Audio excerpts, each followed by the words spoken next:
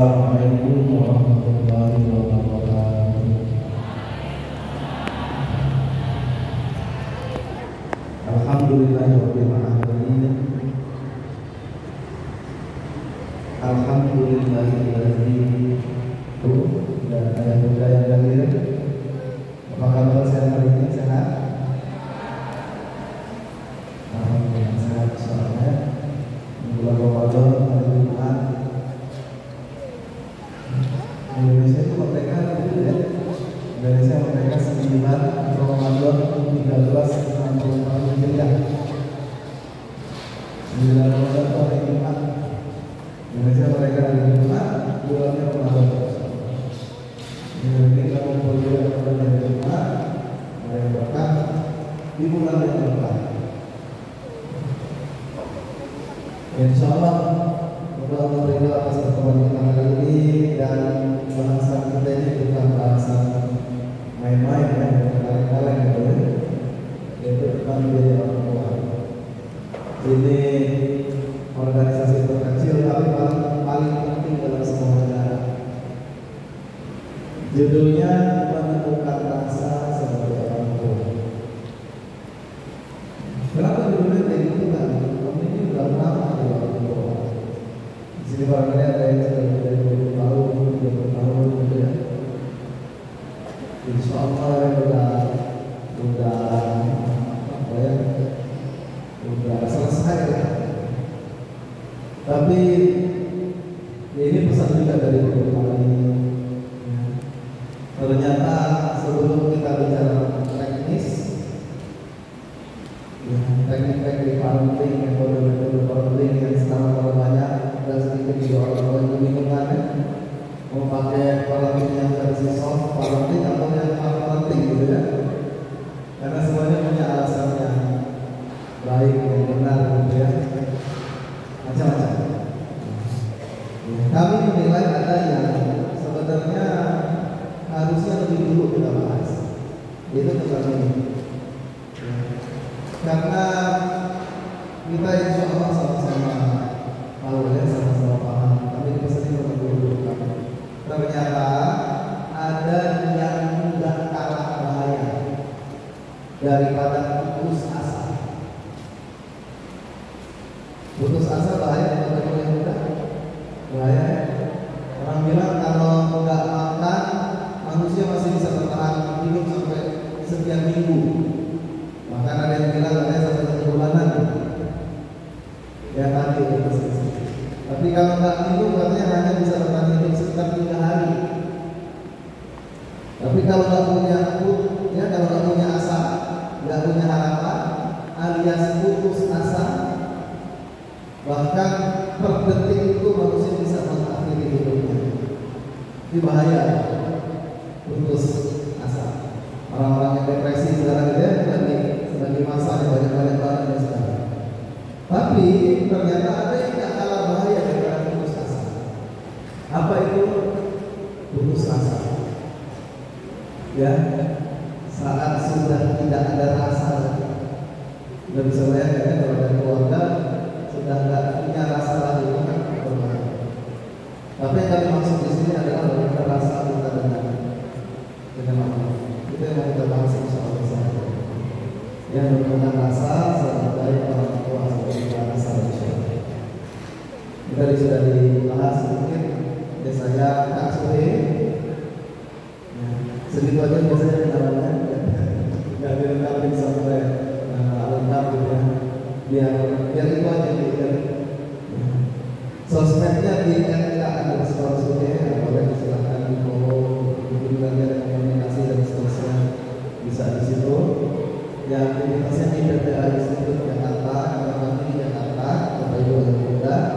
Muhammad pada tadi pagi sudah hadir di Kendari untuk sebagaimana tadi disampaikan oleh Pak Haji, insya Allah besok hari Sabtu dan hari Ahad kita ada program. Hari Sabtu itu untuk umum, ya orang tua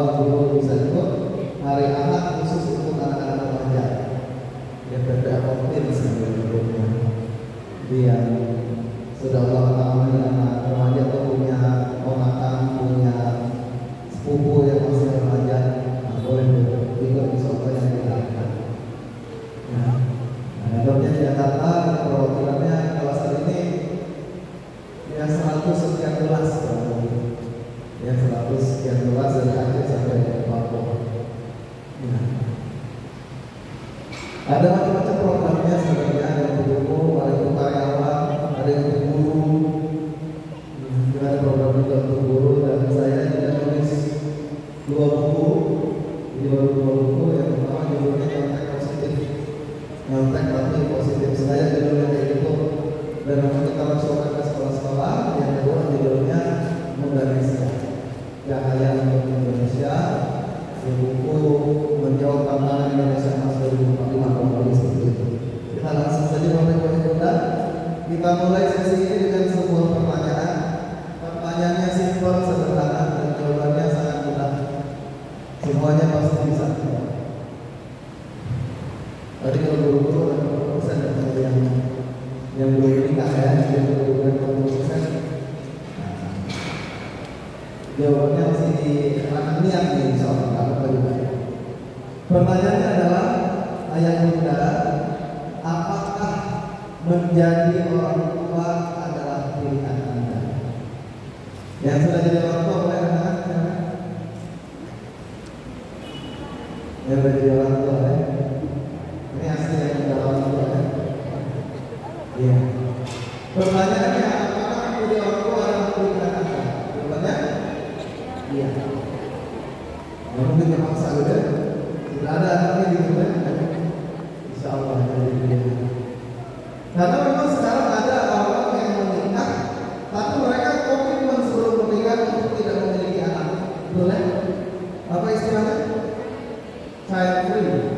Mereka menikah tapi juga komitmen untuk tidak punya anak. Dan itu dengan pakar penting banyak orang dianggap sesuatu yang membahayakan. Ya. Di Jepang itu bahkan yang menikah itu dan dia disupport sama pemerintahnya, melahirkan disupport sama pemerintahnya. Gitu. Karena mereka sekarang sedang sangat menipis sekali stok anak-anak muda. Soalnya kalau saya programnya tahun 50-an. Dan Anda bisa bayangkan ya, gimana kalau Nabi Adam sama Bunda Hawa berawal ketemu terus komitmennya ini dari surga ini kita nikmati berdua saja, kita cari dulu ya. Waduh, udah nggak ada ya, nggak ada penerus gitu ya, bahaya banget. Tapi ternyata banyak yang punya paham seperti itu. Tapi untuk pertanyaan ini saya skip dulu. Ya, jawabannya tadi apakah tidak orang tua dan pilihan Anda? Respon Anda alhamdulillah iya. Saya belum respon. Saya akan lanjutkan ke pertanyaan kedua. Kalau ini jelas yang saja yang sudah punya anak ya. Apa pertanyaannya? Mohon maaf, ini khusus bunda-bunda. Tapi kalau ada ayah yang hadir mewakili bundanya, mewakili istri, boleh juga jawab. Saya pas ngisi di Kabupaten Garut waktu itu yang jawab Pak suami, dan istrinya nggak ada. Pertanyaannya adalah, mohon maaf, bunda-bunda yang hadir, adakah di antara Anda yang dulu sudah sempat amanahi untuk mengandung Ananda, tapi belum mau mengizinkan untuk anaknya dilahirkan? Atau mohon maaf, Anda sudah Allah izinkan melahirkan Anda, tapi belum sampai usia balik, anak Anda sudah meninggal dunia? Mohon maaf ya izin. Karena sebenarnya saya mau kasih kabar gembira, bukan dari saya, tapi dari orang manusia yang berbeda. Ada boleh bunda itu masih di Ananda atau sudah lagi? Berapa hari, berapa tahun? 9 tahun baru. Waktu itu Anda sakit atau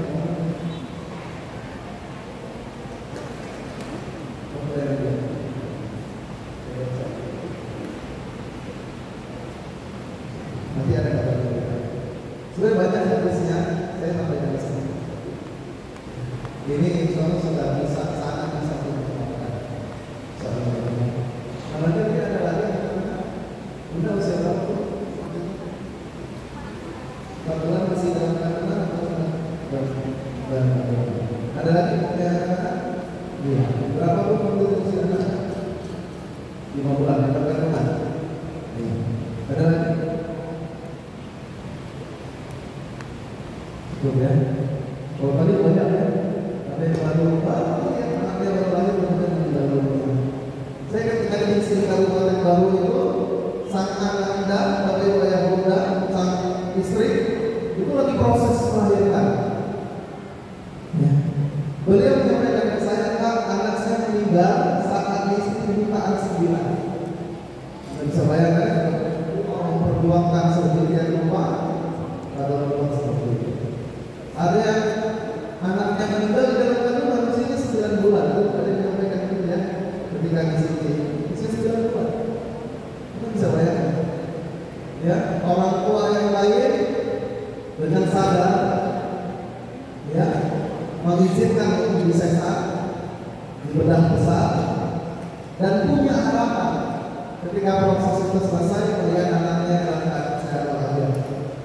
Tapi beliau dengan sadar disesat dan sudah tahu saat nanti proses selesai menyaksikan anak-anaknya meninggal dunia. Sesungguhnya jawaban-jawaban Anda yang tadi katakan, bunda-bunda, itu menjawab pertanyaan pertama, bahwa aslinya, hakikatnya, jadi orang tua itu ternyata bukan pilihan kita, tapi pilihan Allah. Setuju ya? Kita perlu memilih, tapi yang menetapkan adalah Allah. Buktinya tadi kami yang kita juga sudah dilahirkan, karena kita dalam usia masih kecil. Tapi ada kabar gembira. Ya, ada kabar gembira. Apa kabar gembira? Kabar gembiranya dari Nabi Rasulullah SAW. Ya, saya ketika ngisi di Bangka, ya, karena waktu itu ada dokter yang ikut. Selesai saya ngisi, dokter sudah menerima saya sudah di rumah. Beliau baru bilang, kemarin apa yang hadisnya ya? Karena hadisnya Masya Allah, betul-betul saling menguatkan Masya Allah. Jadi ayat berdasarkan seorang anak meninggal dunia kepada Rasulullah ini hadis kursi.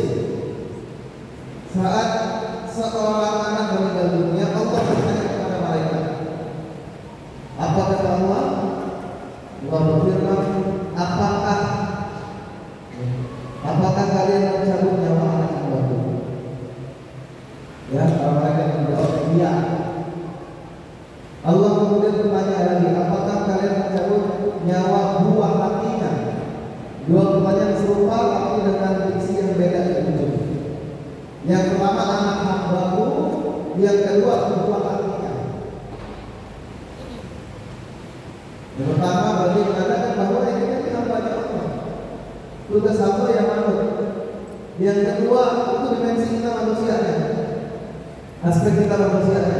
Yang namanya anak itu buah hati, yang paling dicintai, idaman setiap keluarga.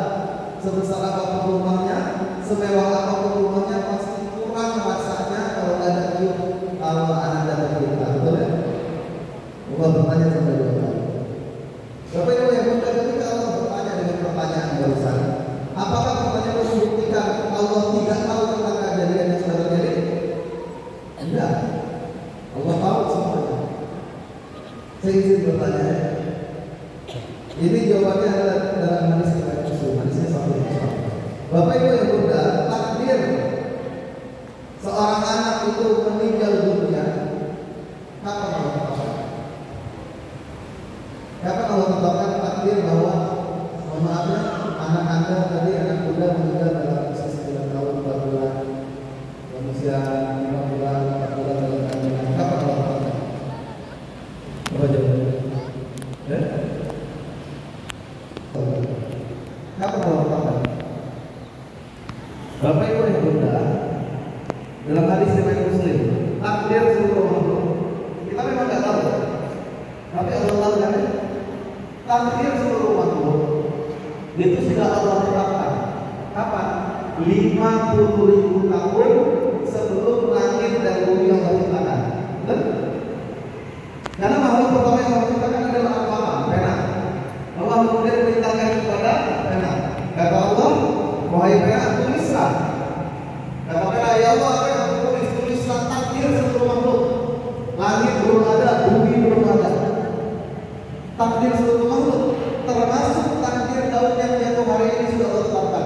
50.000 tahun sebelum langit dan bumi Allah ciptakan. 50.000 tahun. Artinya kita saat ini hanya menjalani takdir yang Allah tetapkan. Tugas kita menjalani. Apa yang kita lihat? Respon saat Allah kasih takdir tersebut. Ada takdir yang kita senangi, ada takdir yang tidak kita senangi. Walaupun sesungguhnya itu takdir yang terbaik dari Allah. Allah ingin lihat responnya. Saat itu terjadi, responnya gimana? Saat anak meninggal dunia, responnya gimana? Karena anaknya ini dapat hati, penyejuk mata, penenang jiwa.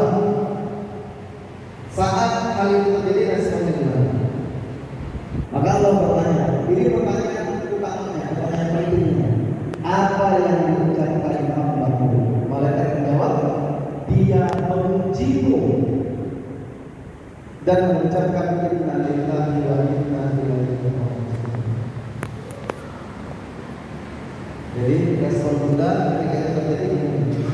Karena banyak manusia di luar sana saat diuji sama Allah, dikasih hal-hal yang memberatkan hati, menyesakkan dada, responnya gimana? Protes ke Allah, benci ke Allah. Bahkan ada, saya dikasih tahu sama guru kami, ada seorang ustaz terkenal besar, hebat, tapi dia diuji dengan anaknya yang mengalami maafnya, yang keterbelakangan lagi seluruh anaknya, dan akhirnya sangat sering muntah. Gak mudah berusaha. Bunda saat terjadi itu gimana? Kalau responnya adalah alhamdulillah, inna lillahi wa inna ilaihi raji'un, sebagaimana respon Nabi Ayub saat diuji, maka kata Allah, Allah berfirman, bangunkan untuk hambaku satu rumah di surga. Beri nama rumah itu dengan nama Baitul Hamdi. Jadi bunda yang tadi saya katakan, bunda itu rumah di surga. Nama rumahnya itu Baitul Hamdi, rumah pujian. Jika apabila bunda memuji. Jadi syaratnya responnya sesuai dengan yang Allah mau. Karena ada, makanya ini materi ini penting sekali. Karena ada orang tua, terutama sang ibunda, sang ibu. Saat terjadi peristiwa yang seperti itu, anak meninggal, kemudian dan seterusnya, dia tidak menerima. Dia tidak menerima, bahkan ada yang menyalahkan rumah sakit itu, rumah sakitnya tidak profesional. Kami sudah datang pada waktu yang ditentukan dengan keadaan baik, siap untuk, ya istri saya insya Allah siap, sudah bertekad kami dalam proses normal, dokter juga prosesnya insya Allah bisa normal. Tapi pelayanannya lama, itu rumah sakit nggak benar. Berarti nggak menerima. Bahkan sampai sekarang ada yang begitu. Ada yang menyalahkan dokternya nggak profesional. Ada yang menyalahkan suaminya, macam-macam.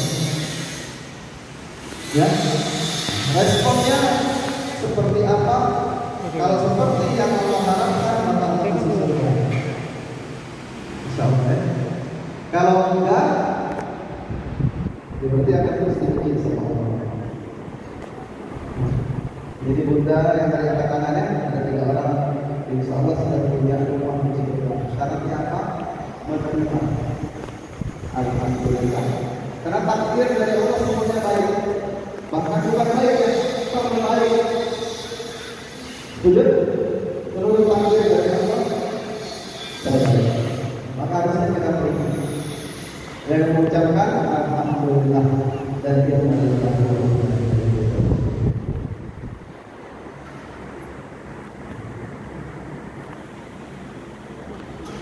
Tapi ada, mohon maaf, boleh katakan yang anaknya sekarang belum balik.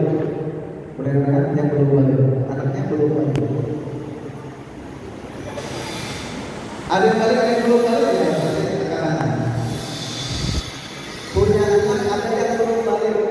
Silakan ya. Menurut Anda, ada nggak orang tua yang kayak gitu? Tadi pasti di sini hotel, ada yang bilang ada nggak orang yang doa gitu? Jangan ngambil gitu. Saya nggak tahu kisahnya di mana ya. Tapi ada nggak orang tua yang gitu? Ya Allah. Sekarang hamba tahu ya. Kalau anak meninggal sebelum usia balik, maka engkau akan bangunkan satu rumah di surga. Kalau itu ya Allah, tidak apa-apa ya Allah, anak kami ini meninggalin aja sebelum balik. Ada yang kira-kira orang yang doa itu? Tidak mungkin ya. Karena secara fitrah setiap kita pasti menginginkan anak itu usianya panjang. Kalau bisa nanti kita lihat anak itu punya anak dan kita cucu, jadi kita terus ya bro. Secara normal pasti kita mesti anak itu panjang. Karena kalau anak meninggal itu sedihnya luar biasa. Ya, saya dengar ada seorang ustaz dia bercerita saat dia tahu dia mau istiqamah, dia tahu anaknya dikabarin meninggal dunia, usianya belum balik, dia bilang saya ketika jalan seolah-olah kaki saya itu tulangnya nggak ada, langsung lepas. Begitulah ceritanya orang tua. Dia kepada besok gitu ya. Nah, ini prosesnya berbeda. Dan memang bersama sekarang Bapak Ibu yang Bunda itu menjadi hal yang penting dalam pernikahan. Kita insya Allah sama-sama sepakat ya, senjata paling hebat di dunia ini apa sih yang paling hebat? Doa ya. Doa itu lebih hebat daripada bom yang menghancurkan Hiroshima dan Nagasaki. Harus yakin. Bapak Ibu yang Bunda, ini doa Nabi Ibrahim dalam Quran surah Al-Baqarah ayat 129. Ini doa Nabi Ibrahim. Setelah beliau kembali membangun Ka'bah dengan Nabi Ismail, tahu ya ceritanya? Bangun Ka'bah dengan Nabi Ismail. Doa beliau dicantumkan di dalam Al-Quran surat Al-Baqarah ayat 129. Apa yang beliau sampaikan? Ya Tuhan kami, utuslah di tengah mereka seorang rasul dari kalangan mereka sendiri akan membacakan kepada mereka ayat-ayat-Mu dan mengajarkan kitab dan hikmah kepada mereka dan menyucikan mereka. Sungguh Engkau yang Maha Perkasa, Maha Bijaksana.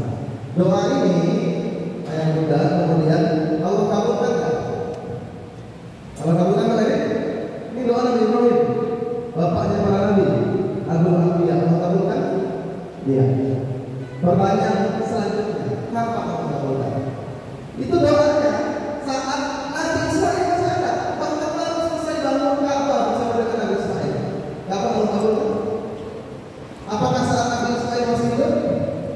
Tidak. Anaknya Nabi Ismail? Bukan. Cucunya berterus seribuan tahun kemudian Allah kabulkan dengan lahirnya Nabi Muhammad SAW dibawa kitab dari Allah. Nabi Ismail masuk kepada juga Rasul, Nabi, tapi tidak menyampaikan kitab.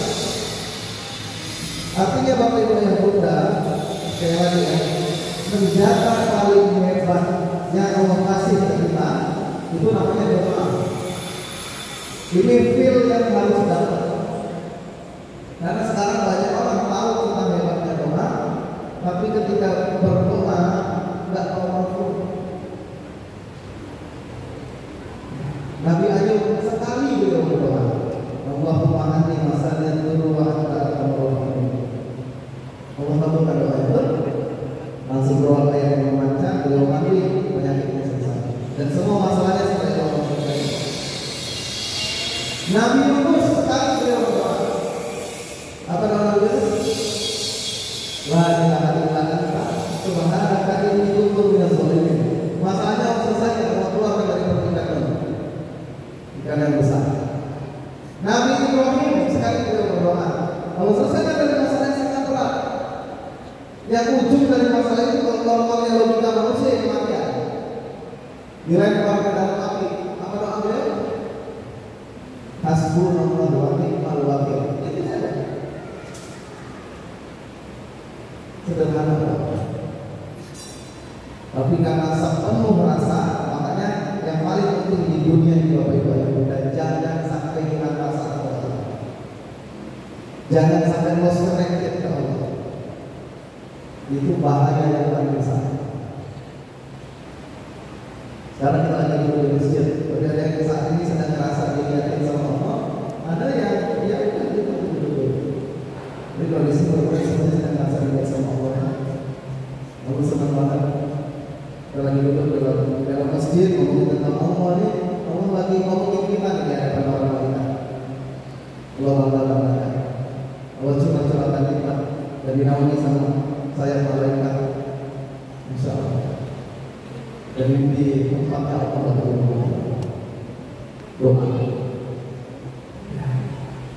doa lebih hebat daripada apapun. Dan doa yang hebat, karena saya pernah diperhatiin sama seorang ibu waktu itu misi di Makassar. Setelah misi sesi melatih seperti ini, ada seorang ibu datang mendekat ke saya, dia bilang, Kak Suhe, ya lagi ini poinnya doa yang hebat yang besar Tuhan. Dia bilang ke saya, Kak Suhe, saya pernah doa, hati-hati sama doa, salah doa efeknya baik. Saya pernah doa ke Allah di depan Ka'bah. Artinya barangkali ini dalam rangkaian umroh atau haji, saya tidak bertanya dulu sedang apa, tapi di depan Ka'bah beliau sampaikan tempat yang paling makhluk. Beliau sampaikan begini, di mana menurut Kak Suhe saya doa di depan Ka'bah, ya Allah, hamba punya anak nakal luar biasa ya Allah. Ya Allah, kalau beliau tetap nakal seperti itu, ya Allah, angkat aja ruhnya, cabut nyawanya. Gimana boleh? Boleh nggak? Allah yang memilih kita menjadi orang tua, yang milih Allah. Jangan remehin Allah. Allah nggak mungkin salah pilih. Kalau Allah sudah pilih kita, berarti Allah Maha tahu kita ini bisa mendidik anak kita tuh menjadi khalifah. Ada tanda kita dengan syarat melibatkan. Yang orang ekspres yang saat melakukan sesuatu tidak melibatkan, betul ya? Dan kita akan menjadi sama. Beliau doa. Kira-kira apa yang baiknya saya jawab situ? Saya sampaikan kepada Anda, Bapak Ibu yang Bunda, saya nggak ingin waktu itu jawabnya apa, karena memang pertanyaannya cukup menghantam menurut saya. Kok ada orang tua doa dengan Ka'bah agar anaknya doakan? Tapi saya kira pernah dengar kisah ini, tahu kisah ini. Suatu saat Umar bin Khattab itu, Bapak Ibu yang Bunda, Umar bin Khattab itu hari saat beliau masuk Islam adalah hari saat beliau sedang memegang pedang ini membunuh Rasulullah. Tahu kan ceritanya? Sudah jalan menuju ke rumah Rasulullah, ingin membunuh Rasulullah, karena beliau nggak tahan Mekah ini pecah gara-gara seorang manusia bernama Muhammad. Dia nggak tahan. Dia udah dengar beritanya, ini nggak benar dari Muhammad, gara-gara dia yang membaca. Dia sudah pegang pedang. Dalam perjalanan ketemu sahabat, dikasih tahu adiknya sudah masuk Islam. Akhirnya beliau pulang ke tempat adiknya, di tempat adiknya beliau menyaksikan adiknya sedang baca Quran bersama, langsung dimakan.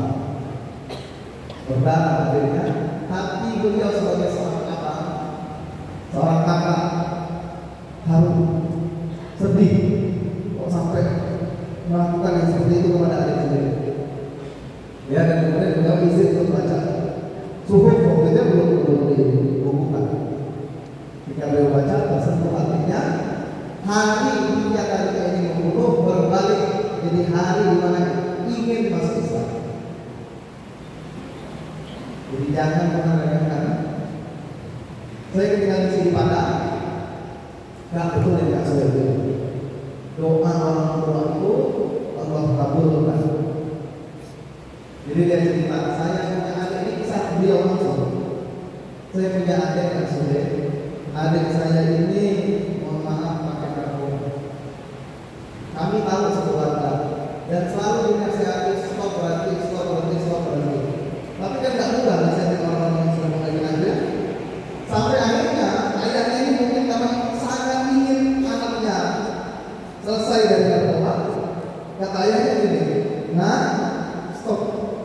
Jangan pakai ini. Kamu ingat ya, kalau kakak pakai ini nanti kamu di penjara. Jangan harap ayah akan menjenguk kamu di penjara. Perhatikan. Kalau kakak narkoba ini nanti kamu di penjara, jangan harap ayah akan menjenguk kamu di penjara. Dan betul dalam hal itu anak jadi lapor sama polisi. Dan betul sang ayahnya memberi janji dia tidak akan menjenguk anaknya di penjara. Apa yang terjadi kemudian? Di dalam penjara itu anaknya jual narkoba. Lihat ya, darinya doa orang tua dan darinya kalau seorang anak tidak diperhatikan sama orang tua. Doanya ini lagi. Ini kisah sering disampaikan oleh para ustaz. Tadi juga banyak ibu-ibu yang sudah dengar tak, sudah tahu tak. Misalnya ada seorang ibu, dia punya dua anak. Anak yang pertama taat kepada kedua Allah, dia beribadah tinggi di atas kepala. Anak yang kedua ahli maksiat, satunya taat, satunya maksiat. Si ibu khawatir sama anak yang ini. Ya, sehingga si ibu ini berdoa, ya Allah beri hidayah kepadanya, sabar menarik berdoa untuk anak yang ahli maksiat itu. Sampailah pada ketetapan yang Allah tetapkan. Si anak ini kemudian berpikir, saya setiap hari bermaksiat, bagaimana kalau saya meninggal dunia? Saya meninggal dalam keadaan buruk. Saya ingin bertobat kepada Allah. Maka beliau bersegera lari menuju ke tempat saudaranya di atas menara. Pada saat ya yang berdekatan, ternyata saudaranya berpikir kebalikan daripada beliau. Saya setiap hari ibadah, saudara saya maksiat aja, kerjanya aman aja. Kenapa saya gak licik sesekali? Licik. Sehingga akhirnya beliau juga berlari ke bawah. Sama-sama lari di atas menara, di tengah-tengah menara ketemu, jatuh dan meninggal dunia. Dua-duanya.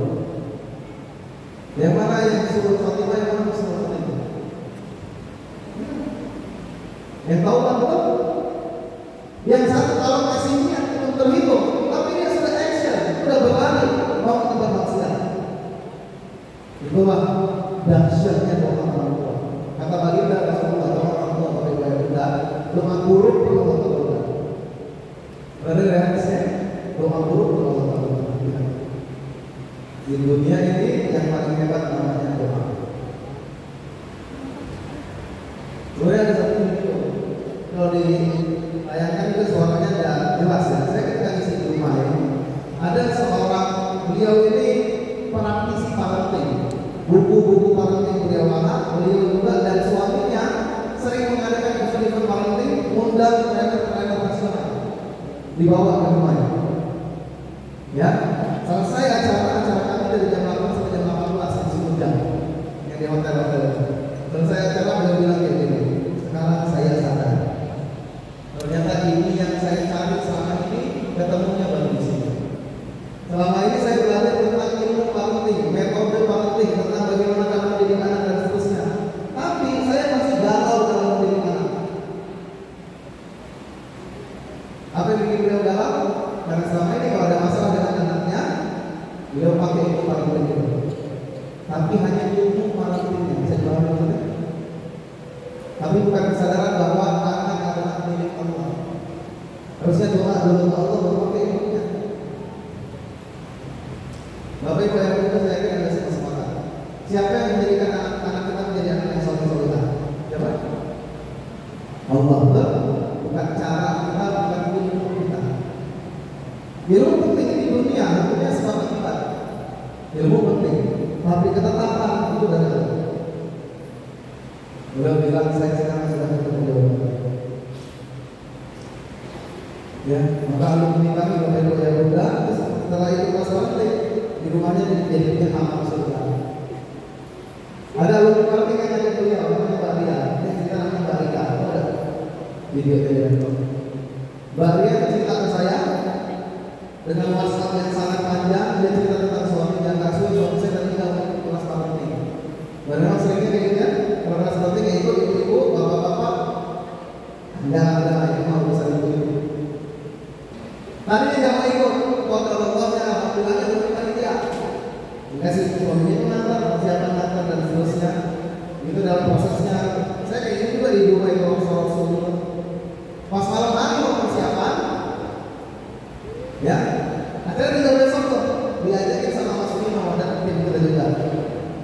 Udah besok ikut aja.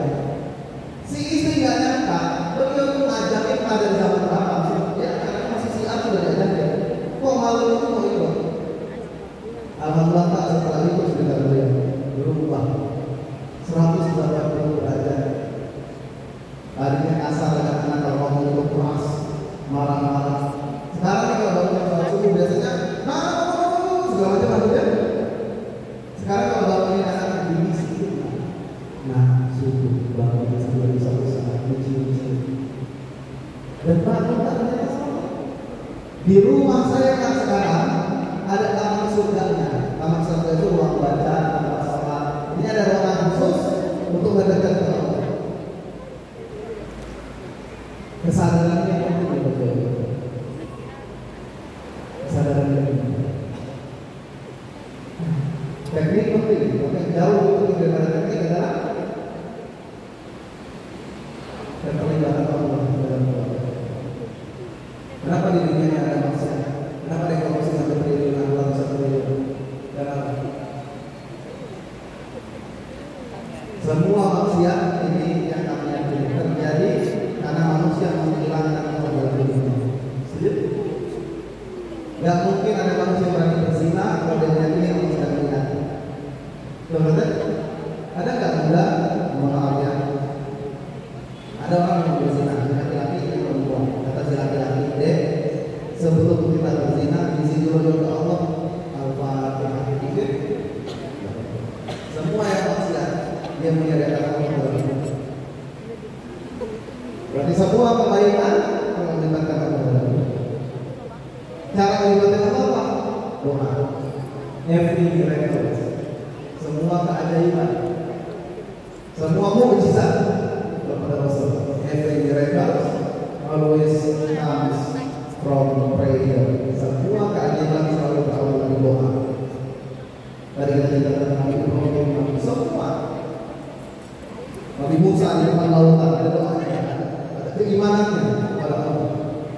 Saat seluruh kaumnya berkata, Bani Israel itu memang kaum umat yang kurang ajar, akan membunuh nabinya. Di depan kaum mereka Anda bisa bayangkan, kalau ada jadi pemimpin yang ada pimpin responnya begini. Di depan kaum mereka, kata Bani Israel, wahai Musa, habis kita, selesai kita, tamat kita. Firaun sudah kelihatan, mati kita. Apa kata Nabi Musa? Kalah, sekali-kali tidak. Inna ma'ila rabbi sayahdi. Sekali-kali tidak semoga aku bersama Tuhan dan dia akan memenuhi kita.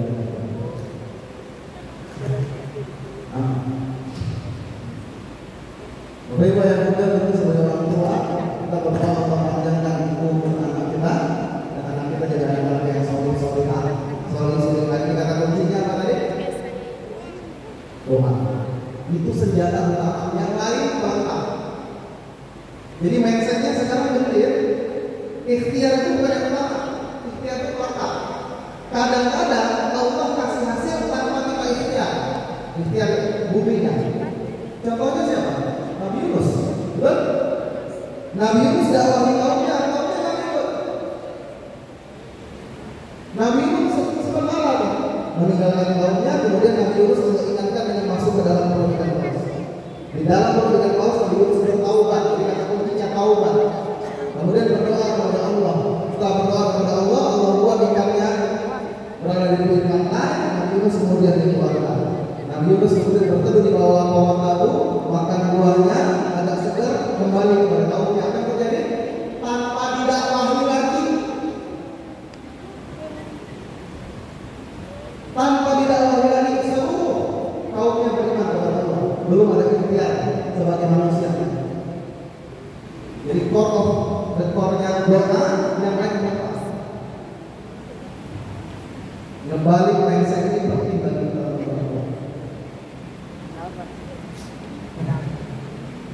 Ada banyak saat ini, mohon maaf ya, ibu yang stres sama suaminya karena suaminya akan terlibat.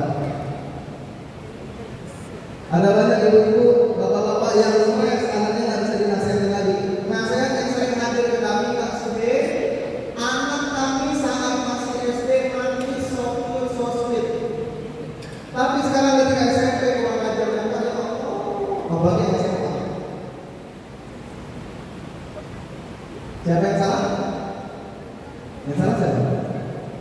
sekolah, kawan-kawannya, anaknya, yang salah orang tua. Siapa yang kasih tahu Pak? Bagi kita. Bapak Ibu yang muda, berharaplah anak kita untuk panjangkan usia, supaya suatu saat Allah kasih hadiah kita. Apa hadiahnya? Ini doa saya. Saya itu pernah diundang teman-teman. Beliau salah satu pondok pesantren di tempat kami berdomisili. Saya tinggal di Bandar Lampung, Provinsi Lampung di Sumatera. Jauh ya. Tentu saja telepon saya, Kak Sude, tolong isi untuk anak-anak. Isi apa sih dia? Kalau isi di pondok, gitu, anak-anak yang sudah melakukan isi apa? Mereka itu baru selesai tasbih akbar. Malam itu ada sesi inspirasi. Jadi orang tuanya dengan anak ini kemudian saling sharing, berbagi. Untuk memotivasi temannya yang belum selesai, yang sudah punya amalan belum mungkin dan seterusnya. Singkat cerita, saya datang sebelum saya ngisi, ada sesi dua anak ini bercerita.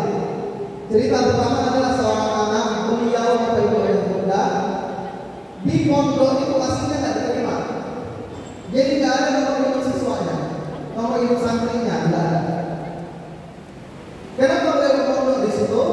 Karena mbaknya sudah diterima duluan, kakak perempuannya sudah diterima. Ketika dia mau daftar, dites dan seterusnya nggak lulus. Tapi karena orang tuanya tidak tekad dan berdoa terus ada anaknya diterima, akhirnya diterima, tapi bukan sebagai santri, bukan sebagai siswa. Paham saya? Numpang hafal aja di sini. Alhamdulillah ya Allah masih ada. Dalam waktu kurang lebih sekitar 1 tahun, hafal Quran 30 juz mungkin. Tasmi akbar itu setoran sekali duduk. Pernah dengar ya? Setoran sekali duduk 30 juz. Istirahatnya hanya untuk makan, sholat, ke belakang dan seterusnya. Setoran sekali duduk 30 juz. Ustadznya nggak nyangka, orang tuanya nggak nyangka. Orang tuanya cerita di hadapan anak. Bisa jadi ini anak doa. Kami punya tekad seluruh anak kami jadi penghafal Quran. Orang tuanya orang umum, orang biasa, bukan bisa pondok. Kisah pertama, doa. Kisah kedua, ini masuk aja. Kebalikan dari yang pertama. Kalau yang pertama ini anaknya banyak betul. 8 atau 9 betul. Yang ini latar belakangnya bukan dari pondok, bukan lulusan sekolah yang mohon. Yang ini bukan dari pondok, bukan lulusan sekolah agama dan seterusnya. Kalau yang ini memang latar belakang agamanya kuat. Tapi kalau uji, apa ujiannya? Anaknya pernah kabur dari pondok. Yang ini tasmi akbar saat beliau kelas 8 SMP. Yang ini tasmi akbar saat beliau kelas 12 SMA. Dia cerita anak saya pernah kabur. Kami pernah, wah luar biasa, kenapa sampai seperti ini? Dan si anak ini yang sudah cerita cuma masalahnya berat banget bagi saya ceritakan. Tapi kenapa akhirnya Allah kasih hadiah kepada beliau? Wasilah doa dari orang tuanya dan hidayahnya, beliau ingat pesan dari pimpinan pondok Ustaz Supri. Kata Ustaz Supri ini, dia kasih nasihat juga untuk teman-temannya.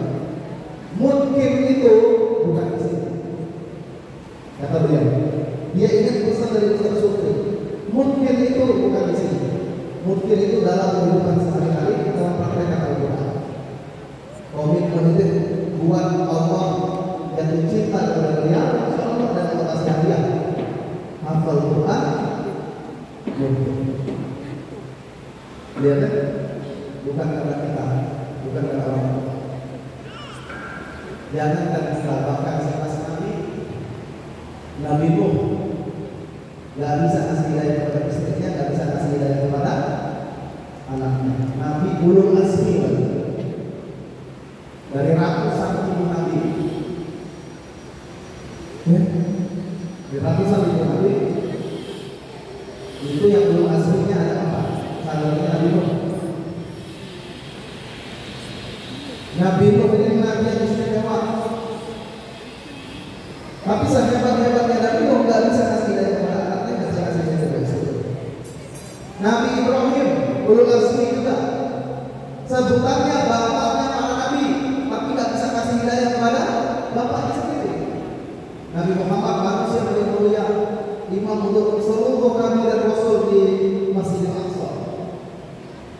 nggak bisa kasih hidayah kepada orang yang mencintai kepada orang yang sangat berjasa. Bapak Ibu yang berdoa, hidayah itu dari siapa? Ya. Pilihnya harus dapat. Senantiasa rasa dekat sama Allah. Itu hanya Allah.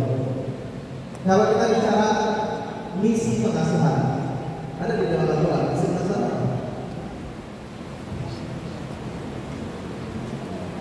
apa misi pengasuhan? Nanti saya ceritakan dengan ini doa Al-Quran. Bapak Ibu yang tentang misi pengasuhan itu ada dalam Al-Quran surat Al-Furqan ayat 24. Setiap hari kita baca doa ini insyaallah pada salat. Apa misi pengasuhan? Rabbana hab lana min azwajina wa dzurriyyatina qurrata a'yun waj'alna lil muttaqina imama. Ini yang kita ikhtiarkan, tapi yang kasih nanti Allah. Makanya ada Rabbana juga. Bukan langsung kita tulis misi pengasuhan. Satu, qurrata a'yun. Dua, lil muttaqina imama. Misi pengasuhan adalah Allah menganugerahkan kita. Tadi kata Ustaz ya, anugerah. Allah menganugerahkan kita. Satu, qurrata a'yun. Dua, lil muttaqina imama. Qurrata a'yun itu penyejuk mata. Kalau kata Ustaz Al-Malika, dia pernah diulang sendiri juga Ustaz Malika. Dia pernah ngisi di Istiqlal. Hal ya, yang pendiri bayi Nabi Institut ada Amerika Serikat. Kata Ustaz Malika, penyejuk mata itu air mata. Jadi orang tua yang anaknya jadi penyejuk mata adalah orang tua yang saat melihat anaknya terharu karena kesulitan anaknya dan kemudian mereka sayang mata. Itu namanya qurrata a'yun. Lil muttaqina imama itu imam untuk orang-orang yang bertakwa. Jadi khalifah itu qurrata a'yun dan lil muttaqina imama. Anak Anda insya Allah pasti begitu. Pasti begitu. Ya. Syaratnya cuma satu. Nanti saya ulangi lagi syaratnya. Anda mau nggak anak Anda jadi anak-anak yang soleh-soleh mau? Kita semua pasti mau. Saya juga mau. Saya alhamdulillah usia saya sekarang tahun ini 40 tahun. Allah saya sudah nikah juga, punya anak tiga, yang pertama dari SMP. Ya, saya punya cita-cita yang sama. Saya lanjutkan yang tadi yang cerita Ustaz tadi. Kisah tadi yang sudah menyadarkan kepada saya. Ada doa yang belum saya tentuin, yang belum saya kerjain. Allah mau ngasih tahunya dengan cara menghadirkan saya misi di acara itu. Saya nggak ingin apa yang saya sampaikan waktu itu, tapi saya ingin apa yang orang tua sampaikan, apa yang anak itu sampaikan ke saya. Bapak Ibu yang kita yuk berdoa anak-anak menjadi ahli Quran, hafal Quran 30 juz dan mungkin amin. Karena itu nanti akan jadi hadiah yang indah bagi orang tua di surga bersemangat mahkota. Dan doanya harus paham, harus mengaji Allah.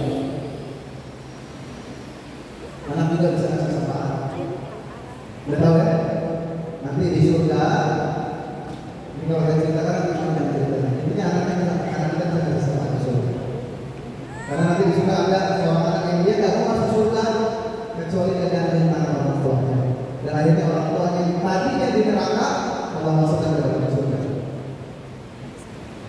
Ya. Dan berapa anak kita usianya harus panjang, punya anak, punya cucu lagi, punya cicit dan seterusnya. Karena surga itu kampung kita. Kita sama-sama ini bulan Ramadan. Sebentar lagi kita akan lihat pemandangan orang-orang yang bermacam-macaman di jalan tol demi bisa ketemu orang tua di kampung itu. Siapa mereka temui? Hanya orang tua, saudara, sepupu, ponakan. Tapi nanti di surga bukan hanya orang tua, kita akan ketemu nanti dengan orang tuanya orang tua kita, berarti kakek nenek kita. Di surga nanti kita akan ketemu dengan orang tuanya kakek nenek kita. Di surga kita akan ketemu dengan kakek dan kakek nenek kita terus ke atas. Di dunia kita nggak mungkin ketemu dengan kakek dan kakek nenek kita terus. Di surga betul. Yang ngasih tahu Allah Subhanahu wa taala. Di surga kita nanti ketemu dengan anak kita, cucu kita, cicit kita. Stop itu enggak. Kita juga nanti akan ketemu dengan anaknya cicit kita, cucunya cicit kita, cicitnya cicit kita. Terus berapa? Yang di dunia nggak mungkin ketemu di surga.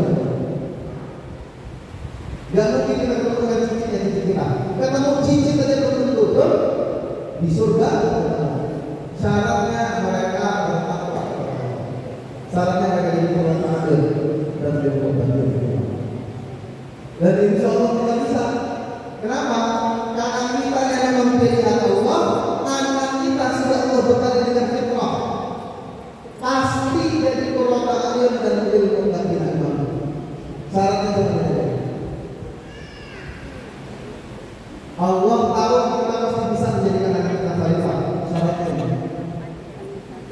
Jadi kalau Anda mau berstatus di hari ini, kalau kita rangkum dengan satu kalimat materi saya hari ini, kalau kita rangkum dengan satu kalimat ini, anak-anak yang soleh-solehah, hadiah dari Allah untuk orang tua yang amanah. Setuju? Allah pilih. Tapi ada yang saat Allah kasih amanah tidak amanah.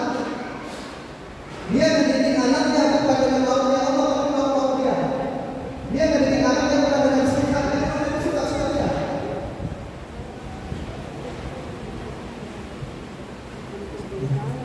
Anak-anak yang soleh-soleh adalah hadiah dari Allah untuk orang tua yang amanah. Orang tua yang amanah adalah saat mendidik anaknya yang melibatkan Allah, dan dia mendidik anaknya sesuai dengan panduan yang sudah Allah kasih. Dengan Quran dengan senang dan bisa minta pendapatnya sama ulama, bukan sama sosmed, apalagi sama bakal bakti dan TikTok dan Instagram. Dia ada stres. Karena kan semua saran dari pakar-pakar di TikTok dan sosmed itu semuanya masuk akal. Bapak Ibu yang muda, jangan menggunakan musuh. Metode penting, tapi minta ditunjukin sama Allah. Ya. Nabi Musa itu ketemu lagi sama Firaun. Itu karena perintahnya Allah. Nabi Musa nya mau nggak? Nggak mau. Beliau menolak ketemu sama Firaun. Tapi karena perintahnya udah mati.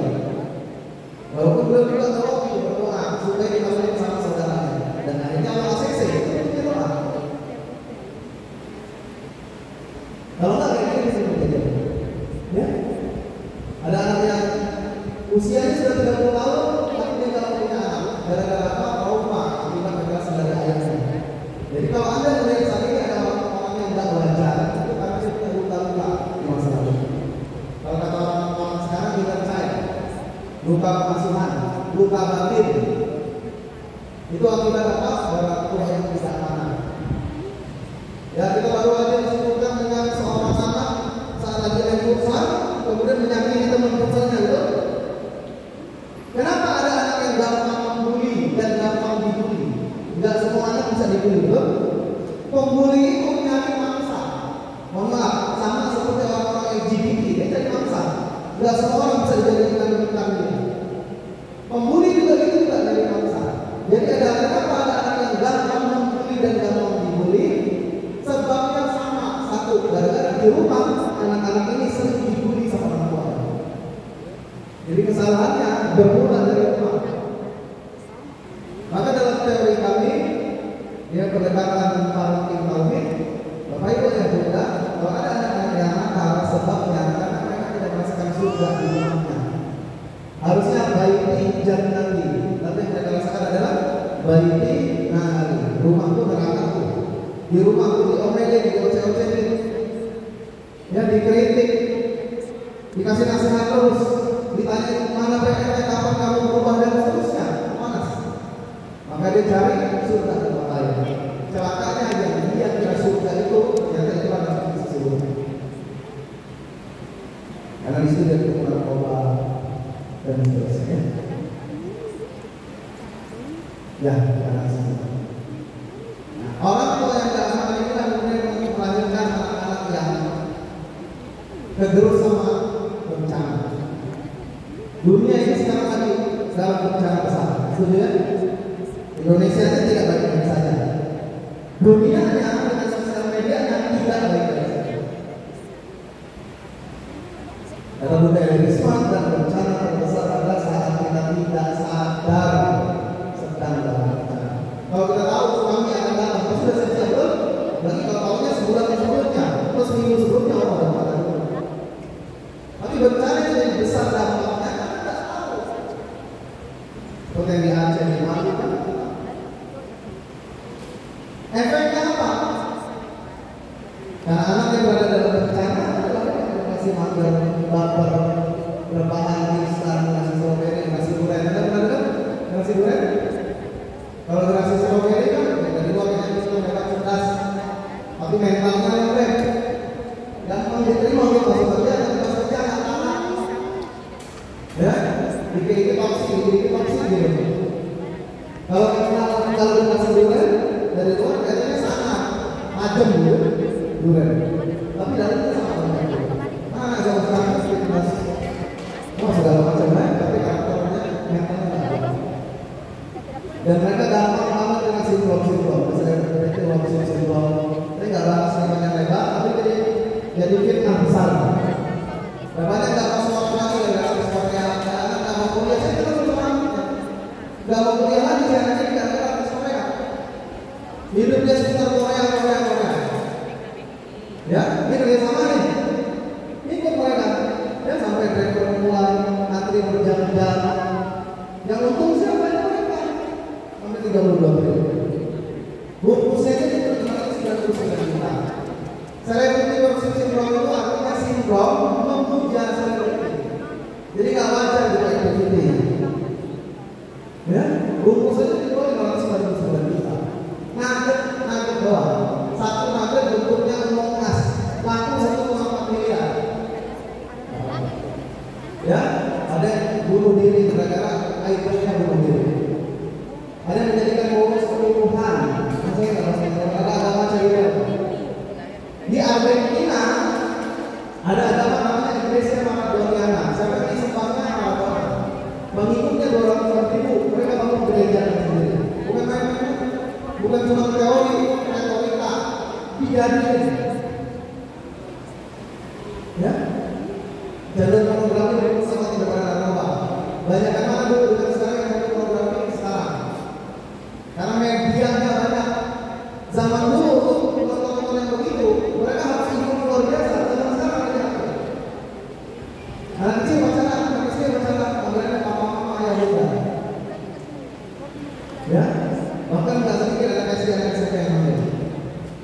Ya, ratusan pelajar terpolu, ribuan siswa SMA. Ini fitnah sekarang.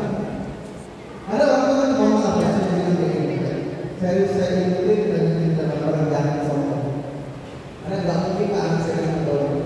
Semua orang tua yang anaknya kena masalah ini, tidak ada yang berhak berdoa anaknya bakal menyambut. Ini fitnah. Yang bisa jaga anak kita dan ibu kita bukan sekolah, tapi bisa jaga semua orang tua. Jangan salah tekan diri anak, jangan salah bergantung. Lowing prinsip. Ini lagi kadang-kadang saya nanya ke Anda, Anda kenapa yang rata-rata kalau nggak pas kerja, pas nikah. Karena zaman dulu kuliah itu nggak pakai makeup, betul? Ngajar nggak pakai makeup. Zaman sekarang apa pakai makeup?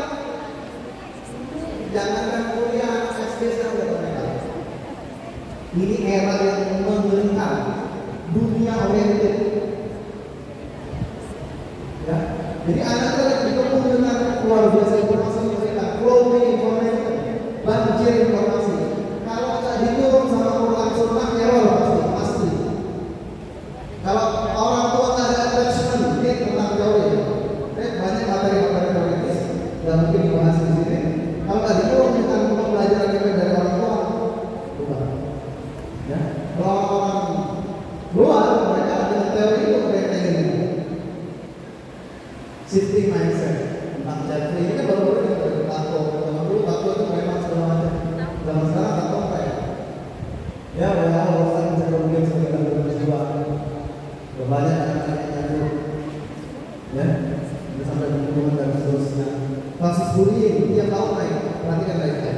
Istilah kemarin-kemarin, saya nggak tahu istilah sekarang. Tapi kemarin-kemarin istilahnya itu zaman 2003 istilahnya masih sekolah anak-anak loh. Tapi kasus bullying tahun 2021 53 kasus. Ini kata KPAI. Tahun 2022 226 dari puluhan ke ratusan. Tahun 2023 3.800 ribuan. Ini masalah anak-anak sekarang. Anak-anak yang gangguan jiwa, 2,5 PDG yang mulai dari misalnya 15,5 juta ada searching di Google. Ya, ini sama mereka. Terus apa solusinya? Apa solusinya? Karena kita masuk ke sekolah terus, masukin pondok pesantren. Sekarang udah banyak orang yang masukin ekonomi gara-gara banyak kasus segala macam. Sebenarnya nggak salah kok. Yang salahnya ekspektasi yang salah. Ekspektasinya berharap kepada makhluk. Bapak Ibu yang muda berharap kepada makhluk 4 anak ini saja. Anda pasti kecewa. Cepat lambat pasti Allah kecewa. Karena tempat berharap harus dicintai. Solusinya apa? Ada dalam Quran surat An-Nisa. Ya. Apa solusinya? Harusnya kita punya ketakutan kepada Allah. Kalau kita meninggalkan di belakang kita ada anak yang lemah. Oleh sebab itu hendaklah kita bertakwa kepada Allah dan mengucapkan perkataan yang benar. Jadi solusinya takwa dan perkataan yang benar. Anak-anak yang kena identifier itu hasil dari perkataan-perkataan yang salah. Betul ya? Maka solusinya apa?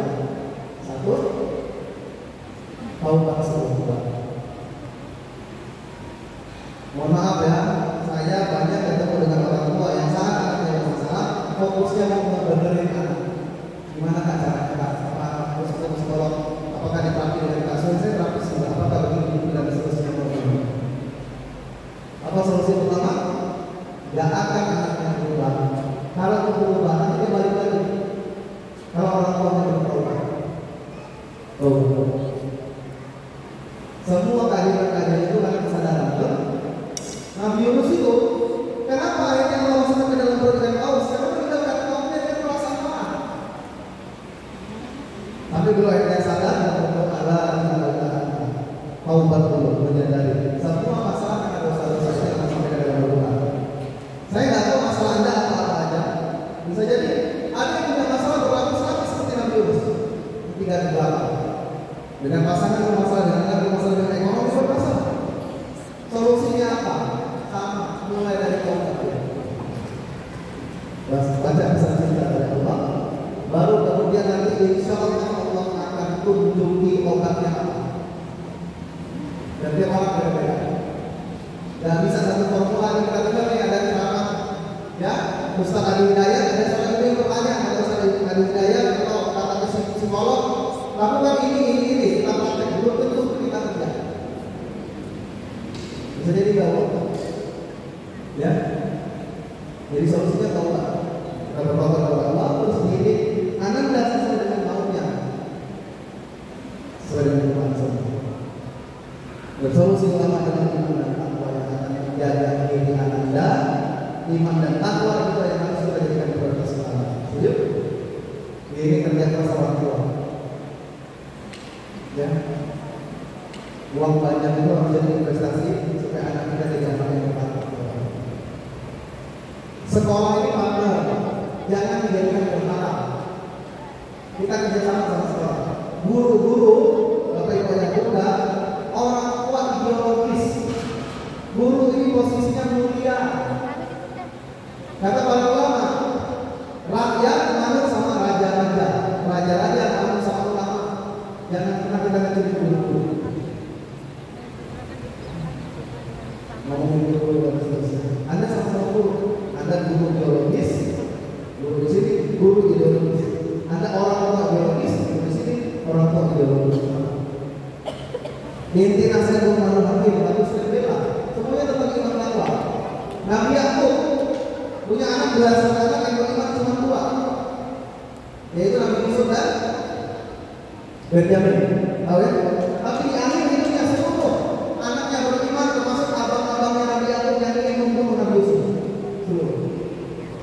Ada dalam Al-Quran surat Al-Baqarah 133 yang bersebagian nanti. Asal dan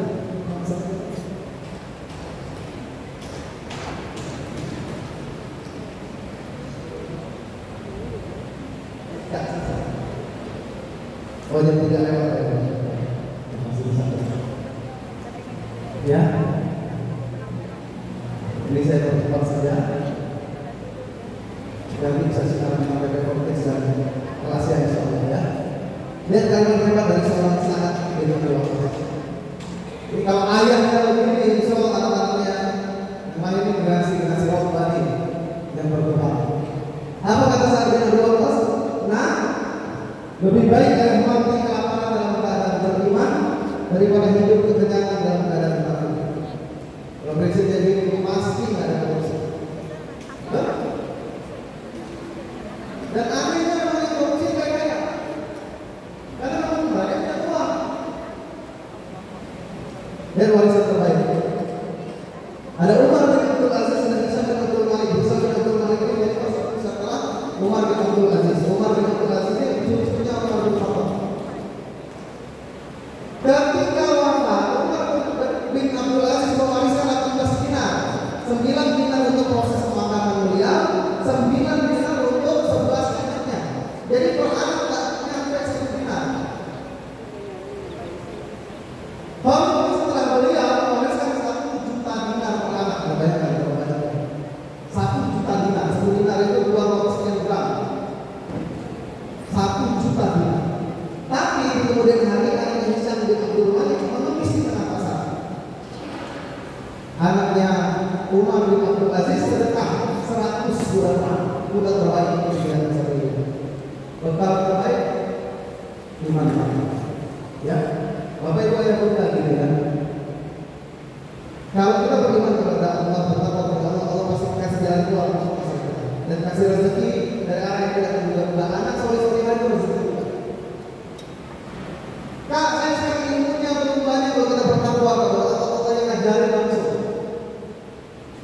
Ya, kalau tentang jalan keluar dari rezeki ayatnya kita hafal semua. Bapak yang tertilah, ya janganlah rumah saja oleh Rasul kita supaya kasih. Tentang tidak punya ilmu Allah yang akan ajarin. Buat Allah melakukan ilmu Allah, bertakwa kepada Allah yang akan ajarin. Maka takwa dulu, takwa solusi, doa solusi. Ya. Yang kedua, ikhtiar merayu Allah. Setelah dengan kesadaran bahwa bisa bantu dari cuma Allah, makanya pakai caranya Allah dan terus berdoa kepada Allah. Yang kedua, ikhtiar merayu Allah. Ya, kalau Allah ditirakat, didawami. Tidak usah ada hidayah. Saya kasih tips, bukan dari saya tapi dari Ustaz Hidayat versi ibu beliau. Anda mau tak punya anak seperti Ustaz Hidayat? Apa Quran sampai baris dan seterusnya? Nggak mungkin, nggak mau ya saya ini kita semua. Apa rahasianya? Pertama, ibunya Ustaz Hidayat kalau ngasih makan anak-anaknya dipastikan makan yang halal. Karena kalau yang halal maksudnya tubuh kita membawa kata Allah untuk ada kandungan. Betul? Bahkan dalam urusan beli ayam, ibunya Ustaz Hidayat yang hidup dibawa ke tempat tukang potong yang beliau kenal, beliau langsung yang bimbing. Bacakan Bismillahirrahmanirrahim untuk memastikan ayamnya halal dan baik. Ya, pertama makan halal. Yang kedua, Ustaz Ali Hidayat diajari sampai punya doa sebagaimana Rasul mendoakan Ibnu Abbas. Apa doanya? Allahumma faqihu fid din wa 'allimhu ta'wil. Ustaz Ali Hidayat setiap membaca doanya Allahumma faqihu fid din wa 'allimhu ta'wil. Doa. Tirakannya juga. Ibunya berdoa untuk anaknya juga berdoa untuk dirinya dan orang tuanya tentu saja. Jadi pertama tadi apa? Makan halal, doa. Yang ketiga, ibunya setiap pada sholat maghrib setiap hari selalu baca Al-Quran yang sebelumnya diawali dengan istighfar. Itu didawamkan. Saya praktek. Ya? Karena yang mengubah anak kita Allah. Ya. Kemudian yang selanjutnya sedekah. Setuju? Anda dengar berapa besar? Kalau anak-anak mau bawa masuk, saya nyaranin, Bu, ya, ini ustaznya bukan yang tidak punya pondok itu. Anak-anak mau bawa di mana? Bantu sekolah itu. Di luar SPP. Di luar SPP. Bantu sekolah itu kan terapi. Itu bukan kedua orang sekolah kita tak boleh kan ya? Bantu sekolah itu dengan informasi dan seterusnya. Sedekah. Sedekah itu Bapak Ibu yang tidak bisa menerima. Bapak Ibu yang muda sedekah itu obsesi orang-orang yang sekarang sedang ada di barisan. Maka saya mengajak Anda juga ya, mudah-mudahan ada momennya bisa kami ngajak Anda sedekah, karena insya Allah di hari Ahad kita ingin kasih juga tiket bareng-bareng ya. Jadi makanya kita buat acara seperti ini, kita ngajakin anak-anak yang mereka secara dana nggak kurang mampu, kita urunan menghadirkan ini. Harapannya apa? Ini kata guru kami. Bapak Ibu yang udah Anda mau nggak urunan hutang Anda atau urunan sih? Caranya, kalau nggak ada berapa hutang Anda? Ini kata guru kami dan banyak sudah berbeda. Memang cara yang paling ini doa. Yang kedua kita berdoa kalau kita punya hutang. Tapi kalau powerful, kalau kita punya hutang banyak, mau cepat lunasi orang-orang yang punya hutang. Kalau berbuat kebaikan, kalau orang baru saya kebaikan, betul nggak? Kita berbuat kebaikan kepada orang lain, Allah yang akan ganti kebaikan kita. Di doa yang penting, ikhtiar yang juga penting, kami bantu orang-orang yang banyak yang dipakai sama orang. Ya, doakan orang yang punya hutang dan lunasi orang-orang yang punya hutang. Gitu ya, termasuk besok selama hari Ahad kita ingin hadirkan anak-anak yang mohon maaf, mereka barangkali secara keuangan kurang mampu, mau kita hadirkan di kelas. Jadi kami ngajak juga nanti teknisnya untuk donasi. Karena nanti ada yang ingin edarkan. Atau Anda yang ingin, saya saat misi di Bengkulu ada orang tua, dia bukan menghadirkan anak yang kelas PPA, tapi dia hadirkan marbot masjid yang usia remaja. Semoga pastilah menghadirkan marbot masjid ini anaknya Allah Tua. Boleh nggak dia pilih? Boleh. Betul? Yang nggak boleh itu minta kepada si anaknya. Mintanya nggak boleh, kita sedekah dan ya, sip. Oke, jadi ada dua. Yang pertama, Bapak Ibu yang undang taubat sebelum obat. Yang kedua, tirakat kepada Allah. Ikhtiar kepada Allah. Yang ketiga, ini ikhtiar manusia ya. Kelas PPA itu slogannya membunyikan takbir sebagai solusi hidup. Apa yang saya bahas tadi itu mohon maaf ya, kalau bahasa kaminya itu sekelumitnya. Besok akan kita bahas dari jam 8 sampai jam 18, 10 jam kelasnya. Memang kayak gitu. Makanya tempatnya kita buat di hotel supaya cukup nyaman. Kalau Anda kira-kira kayaknya apapun masalah Anda, besok kita bahas insya Allah di hotel apa namanya? Zahra Hotel. Jadi silakan nanti panitia ada di sini daftar. Ya, ajak suami Anda ikut bareng-bareng. Ya, ikut bareng-bareng. Beda rasanya kalau ikut sama suami. Ya, biasanya ikut hari Ahadnya untuk anak-anak remaja, khusus remaja. Jadi kalau masih kecil atau usia TK, usia SD belum bisa. Tapi kalau udah usia 10 tahun ke atas dan Anda melihat dia sudah mulai bisa diajak ngobrol si anak, karena usia 10 itu fase untuk mengalahkan anak, menyiapkan anak siap dengan taklif, beban syariat. Nah, itu biasanya berarti sudah menyambut terutama perempuan, itu udah mulai bisa. Tapi kalau usia 10 tahun laki-laki biasanya masih agak kekanak-kanakan. Ya, cuma kalau anaknya sudah dewasa, ya, dia masih usia 10 tahun, tapi cara ngobrol itu udah nyambung dengan ngobrol orang dewasa. Silakan. Itu hari anak. Ya, nama kelasnya PPA Fortis. Dan pendekatan anak remaja beda.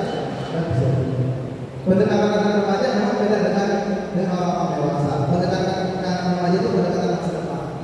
Jadi kita motivasi anak-anak di Indonesia masuk di 25. Dia nggak bisa kasih tahu, sekarang masalah anak gini. Dia akan masih bijak. Tapi dengan pendekatan masa depan, pemimpin masa depan dan seterusnya, baru nanti dengan pendekatan tahun. Itu insya Allah yang bisa disampaikan. Semoga bermanfaat. Pada ini nanti boleh bertemu dengan Bunda Yanis, dengan Bu Eka, ya, ngobrol sama beliau. Kita sudah lama, alhamdulillah. Ya, semoga jadi wasilah untuk kita semakin dekat lagi sama Allah. Barakallahu fiikum. Assalamualaikum warahmatullahi wabarakatuh. Donasi dan seterusnya tidak bisa.